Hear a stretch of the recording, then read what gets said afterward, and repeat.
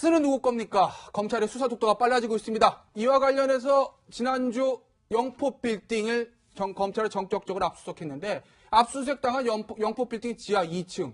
실질적으로 이명박 전 대통령과 다스와 관계가 있는 곳이다라는 관련자 얘기가 있습니다. 그 얘기 먼저 들어보시겠습니다. 지하 2층에 다스가 사무실을 하나 빌렸어요. 완전히 전화하고 그래요. 현대에서도 물러나고 시장에서도 물러나고 그때 책상이다 의자다 물건을 갖다 놓은 거예요. 네. 새로 한 분 더 모셨죠? 박상원 정치평론가 새로 모셨습니다. 네, 안녕하세요. 자, 박지훈 변호사. 네. 방금 전에 관계자 얘기 들어보셨는데 맞습니다. 이 영포 빌딩 지하 이 압수수색 당한 곳이요. 여기가 다스와 관계가 있는 곳이 아닌가라는 저 얘기. 저게 왜 중요한 겁니까? 이게 왜 중요하냐면 25일 밤에 압수수색을 갔는데요. 예. 원래는 이명박 대통령의 소유였다가 손괴재단에 갔다가 예. 근데 문제는 그 안에 이명박 대통령 다스 관련된 서류라든지 물품들이 좀 많다는 겁니다. 예. 결국 이거를 통해서 100% 다스가 이명박 전 대통령 거라고 입증되는 상황은 아니지만 그 안에 물품들을 압수한 물건들을 분석한다면 그중에 대략적으로 일단 봤을 때는 영포 빌딩 자체가 이명박 전 대통령, 예. 다스 다 연관성이 있는데 그 연관성을 확인할 수 있는 물적 증거들을 확보할 가능성이 크기 때문에 아주 중요한 어떤 압수수색이 아니었나 이렇게 보입니다. 이현정 네. 진짜 궁금한 게 생겼어요. 네. 저 다스의 영포 빌딩 지하 2층 사무실 압수수색하는 거요. 네. 근데 영포 빌딩은 사실은 이명박 전 대통령과 관련이 있다는 건 옛날부터 알려진 건데 다스에 관해서 여러 번 수사받지 않았습니까? 그렇죠. 근데 왜 이번에 그것도 밤 10시에 전격적으로 압수수색했다는 얘기는 검찰이 최근 들어서 누군가의 입을 통해서 저 지하 2층에 가면 뭔가 있을 것이다라는 정보를 입수한 거 아니겠습니까? 그렇습니다. 과연 누구를 통해서 들었을까요? 이게 이제 영일만 포함해서 네. 영포 빌딩, 영포 라인이라고 해서 사실 이명박 전 대통령이 이제 핵심적인 사적 라인을 이제 영포 라인 이야기를 하는데 예. 사실 그동안 검찰이 이제 타깃으로 한 것은 바로 여기 2층에 있는 지하 2층. 다스 예. 서울 사무실입니다. 예. 원래 원래 2층이요. 2층. 예, 다스 서울 이 이제 사무실이요. 청계재단으로 이제 넘어가면서 예. 지금 다스의 서울 사무소가 여기 2층에 입주를 했어요. 예. 네. 그러다 보니 그동안에 이제 검찰이 압수했던 곳은 바로 이곳이었습니다. 예. 근데 문제는 계속 그것에 하니까 별게 나오질 않았어요. 예. 근데 최근에 이제 그 여러 가지 관련자들 수사하는 과정에서 네. 거기가 아니라 지하 2층에 가면 지하 뭐가 2층에 있다. 왜냐하면 이제 이명박 전 대통령이 집을 논현동으로 이사를 하면서 여러 가지 본인의 개인적 물품 이런 것들을 사실 여기 지하 2층에다가 예. 빌려서 네. 거기에 창고처럼 썼다는 예. 것이죠. 그러니까 그동안 검찰은 2층만 쳐다봤는데 지금 증언을 들어보니까 그게 아니라 밑에 있는 2층을 봐라. 위 2층이 아니라 네. 밑에 2층이다. 그래서 바로 전격적으로 이제 거기를 압수했는데 문제는 여기에 다스와 관련된 문건이 이제 있었다는 거죠. 자, 그러면 왜 이명박 전 대통령의 사적 물품들을 보관하는 곳에 왜 다스 문건이 왜 있었는가? 자, 이런 부분부터 시작을 해서 아마 이제 검찰이 압수해서 좀 분석을 하고 있는 모양인데 만약에 이명박 전 대통령의 사적 공간에 다스와 관련된 문건과 관련된 게 있다. 이러면 이것은 좀 의심스러운 문제가 아니겠습니까? 네. 그래서 아마 지금 검찰은 일단은 이 지하 2층을 주목을 하고 있는 지하 거죠. 2층. 네, 그래요. 왜 무엇을 어떻게 정말 검찰이 수사하고 밝혀야 될 게 한두 가지가 아닐 것 같은데요. 결국 또 세간의 관심이 이제 이명박 전 대통령의 소환 문제인데요. 네. 그 시점을 두고서 이제 임박한 평창 동계 올림픽 전이냐 후냐 또 그런 질문과 함께 과연 그러면 소환이 임박했다고 알려진 본인 장본인은 개막식에 참석할 것이냐 이 굉장히 관심사입니다. 일단 뭐 제가 이제 정치평론을 하는 사람이기 예. 때문에 정치적으로 판단을 해본다면 예. 지금 문재인 정부의 가장 핵심적인 과제 중에 하나가 이제 남북 그 핵미사일 위기를 대화 국면으로 바꾸는 것 아닙니까? 예. 이 바꾸는 이제 장이 이제 평창올림픽이고 예. 이걸 위해서 이제 뭐 여론 역풍도 있었지만 어쨌든 문 정부는 최선을 다해서 대화 국면으로 끌고 나오기 위해서 예. 평창올림픽을 지렛대로 삼아서 하려고 노력하고 있는 와중에 만약에 그 전직 대통령의 소환입니다. 이 간단한 문제도 아니고 네. 김백준 전 비서관 국회의원 한두 명하고 다른 차원의 문제죠. 그렇죠. 이게 섞여버리면 또 뭐 정치 보복 논란이 있을 수 있는 것이고 평창올림픽과 남북 대화 국면, 북한의 공연단도 내려오는 것이고 이 국면이 전혀 다른 형태로 변질될 가능성이 있기 때문에 정치적으로만 판단해 본다면 올림픽 전, 올림픽 기간 중에 이명박 전 대통령이 소환될 가능성은 지극히 낮다라고 이제 보는 것이고, 그 다음에 MB 입장에서 이제 평창 올림픽에 만약에 초대를 한다면 전직 대통령으로서 갈 것인가? 당연히 가겠죠. 왜냐하면 가지 않는다면 예를 들어 지금 문재인 정부의 압박이 정치 보복이라고 이미 선언을 했습니다. 선언을 했고 평창 올림픽이 일부 보수층에서 봤을 때는 좀 왜곡되고 있다. 이게 정치적으로 좀 오염돼 있다라고 이제 보는데 이 평창올림픽은 MB 때 유치된 거 아닙니까? 그러면 본인이 당당하게 평창올림픽 개막식에 참석을 하는 것이 향후 그 검찰의 수사에 대비해서도 전직 대통령으로서의 모습, 위상 이런 무게감을 제고시켜야지만이 검찰이 소환할 때도 상당히 부담감을 느끼는 거 아니겠습니까? 그렇기 때문에 그 두 가지 질문에 정리해서 말씀을 드리면 평창올림픽 이후가 될 가능성이 크고 소환은 만약에 그 이명박 전 대통령이 초대된다면 참석할 가능성이 굉장히 높다고 저는 추가로 그럼 여쭤볼게요. 그러니까 평창 동계올림픽 폐막이 이제 25일이니까 그 25일, 2월 25일 이후가 될 가능성이 높다고 방금 말씀을 주셨는데 그러면 이명박 전 대통령 입장에서는 내가 이제 평창 동계올림픽이 본인이 재임 시절에 그렇죠.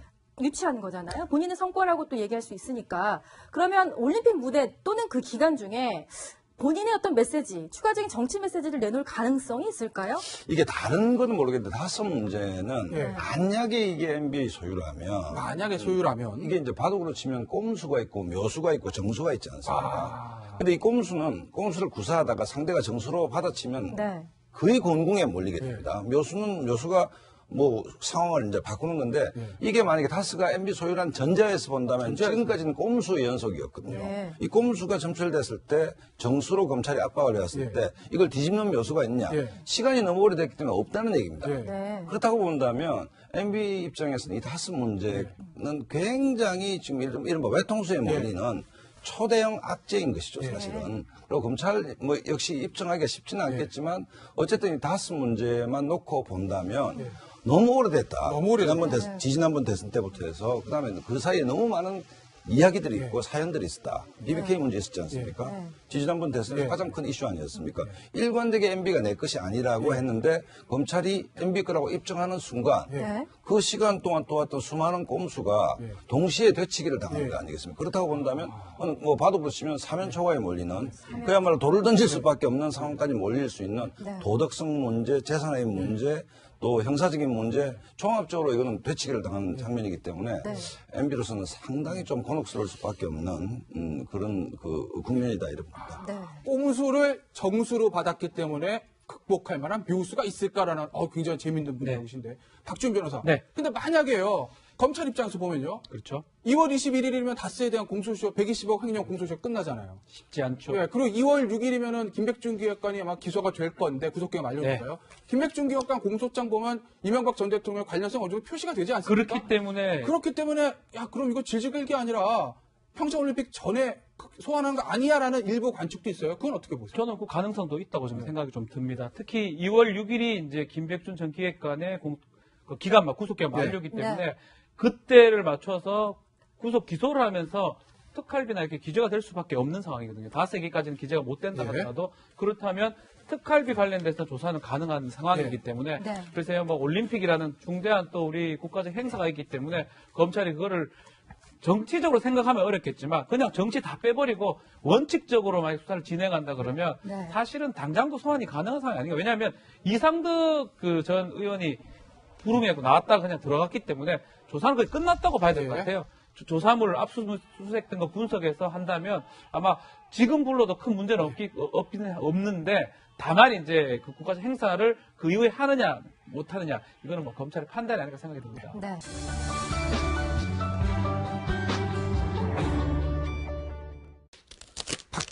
박지원 국민의당 의원입니다. 시정 잡배보다 더 나쁘다. 자, 박지원 의원이 페이스북에 글을 올렸는데요. 이런 내용입니다. 이게 안철수의 진면목이다. 사기는 시정 잡배보다 더 나쁘다. 참을 만큼 참았고 할 만큼 노력했습니다. 창당만이 우리가 살고 국민 살리는 길입니다. 이렇게 얘기하면서 사기는 시정 잡배보다 더 나쁩니다라는 페이스북 글을 올렸는데요. 박지원 의원의 공세가 여기서 끝난 건 아닙니다. 오늘 신당이 국회의원회관에서 창당 발기인대회를 열었는데 거기서 했던 박지원 의원의 얘기도 들어보시겠습니다. 목포 출신 박지원 국회의원 1분 30초 연설 시작하겠습니다. 제기에는 하늘나라에 계시는 김대중 대통령께서 우리 민주평화당 오늘 행사를 보시고 이제 됐다라고 말씀하시는데 여러분 귀에도 들으십니까? 내 뒤에 걷지 마라. 난 그대를 이끌고 싶지 않다. 내 앞에 걷지 마라. 난 그대를 따르고 싶지 않다. 다만 내 옆에서 걸어라. 우리 하나가 될 수 있도록. 연설 끝! 최영호 소장, 네. 페이스북에 사기는 시정잡배보다 더 나쁘다. 안철수 대표를 향해서 직격탄. 그리고 저 연설, 1분 삽 취초하겠습니다 하고 1분 3초를 대부분 김대중 대통령 얘기로 끝나고 끝! 하고 뚱뚱뚱 두드리고 들어갔습니다. 박지원 의원의 오늘 저 페이스북 글과 저 연설 어떻게 보셨나요? 일단 분당은 기정사실화된 것 같고 분당은 기정사실. 이제는 분당의 책임 원인 어딘가에 돌리는데 아마 박 전 대표 오늘 그 이야기는 참을 만큼 참았다 시정잡배라는 얘기는 우리가 민주평화당을 만드는 이유는 바로 안철수 대표가 보수정당과 통합하려고 하는 보수 야합을 하기 때문이다라고 하는 명분을 강조하는 말인 것 같고요. 결과적으로 이제 바른정당과 국민당이 통합된 정당 그리고 민주평화당 이렇게 두 당이 국민의당 바른정당의 재편이 일어나는데 결과적으로 자유한국당의 표를 더 이 안철수 대표가 주도하는 바른국민당이 더 가를지 네. 아니면 민주평화당이라고 하는 박지원 대표의 저 신당이 네. 민주당의 표를 더 가를지 그래서 여권 분열이지 야권 분열이 될지 여권 분열이지 야권 분열. 그것이 가장 중요한 관전 포인트가 아닌가 싶은 생각이 듭니다. 이런 가운데 국민의당의 일종의 심볼이라고 해야 될까요? 백드롭이 나왔는데 뭐 리본과 나비 넥타이가 등장했다는 얘기가 있습니다. 글쎄, 뭐 저게 뭘 상징하는지는 뭐 저도 잘 모르겠는데. 색깔이 확실히 국민과 다르네요. 함께 바른 길로 초록색과 파란색 양당의 색이 분명하게 색을 이제 합쳐서 하나의 네. 나비 넥타이 모양으로 했는데 어쨌든 좀 분명하지 않는 부분은 네. 지금 박 전 의원 했던 평화당 같은 경우에는 이제 호남야당 뭐 DJ 정신인데 유승민과 안철수의 콜라보가 예. 어떤 모양을 띌 것인지 저 색깔만 보면 초록과 파란색이 합쳐져서 어떤 색이 나올 것인지를 많은 정치 전문가들이 사실 궁금해하고 있습니다.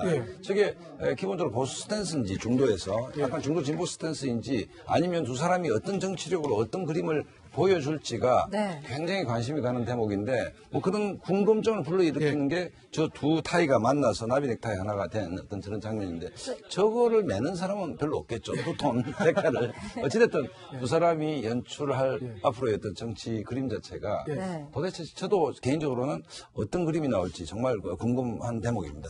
저 박상원 소장께서 이렇게 얘기하셨습니다. 안철수와 유승민의 결합이 과연 무슨 색을 띨지 궁금하다라고 말씀을 하셨는데 정병국 전 바른정당 대표는 이런 얘기를 합니다. 안 대표는 보수에 더 가깝다. 새 정치를 찾아 표류하다 이제 제자리를 찾았다. 이현종 의원, 저 얘기. 안철수 대표와 유승민 대표의 신당에 도움이 되는 얘기일까요? 해가 되는 얘기일까요? 그러니까 결국 지금 보면 아까도 말씀하셨지만 도대체 무슨 색깔이냐, 예. 개혁 보수냐, 개혁 진보냐 이런 것에 대한 이제 지금 정체성 문제. 예.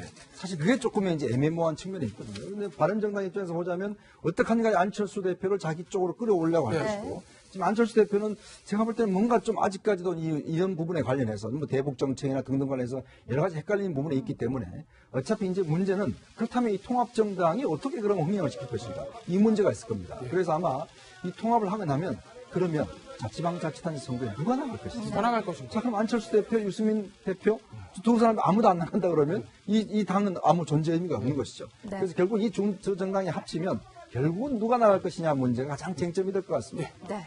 저는 뭐 그 민주평화당이 과연 민주당 표를 얼마나 잠식하느냐도 문제지만 네. 사실상 자유한국당이 더 위기가 아닌가 싶습니다. 아. 평창올림픽을 평양올림픽이라 그러고 국가적 재난을 내각 총사태의 정쟁을 이용하는 과거의 낡은 그 보수 정당의 모습을 극복하지 않는다면 오히려 다음 지방선거에서 바른국민당 안철수 대표의 이 정당이 오히려 보수의 지지층들을 흡수할 수 있다. 이 점에서는 자유한국당이 또 다른 위기일 수 있다. 이 점 좀 주목해봐야 될 것 같습니다. 네. 오늘 정치권 소식은 여기서 마무리하도록 하겠습니다. 네, 말씀 감사드립니다.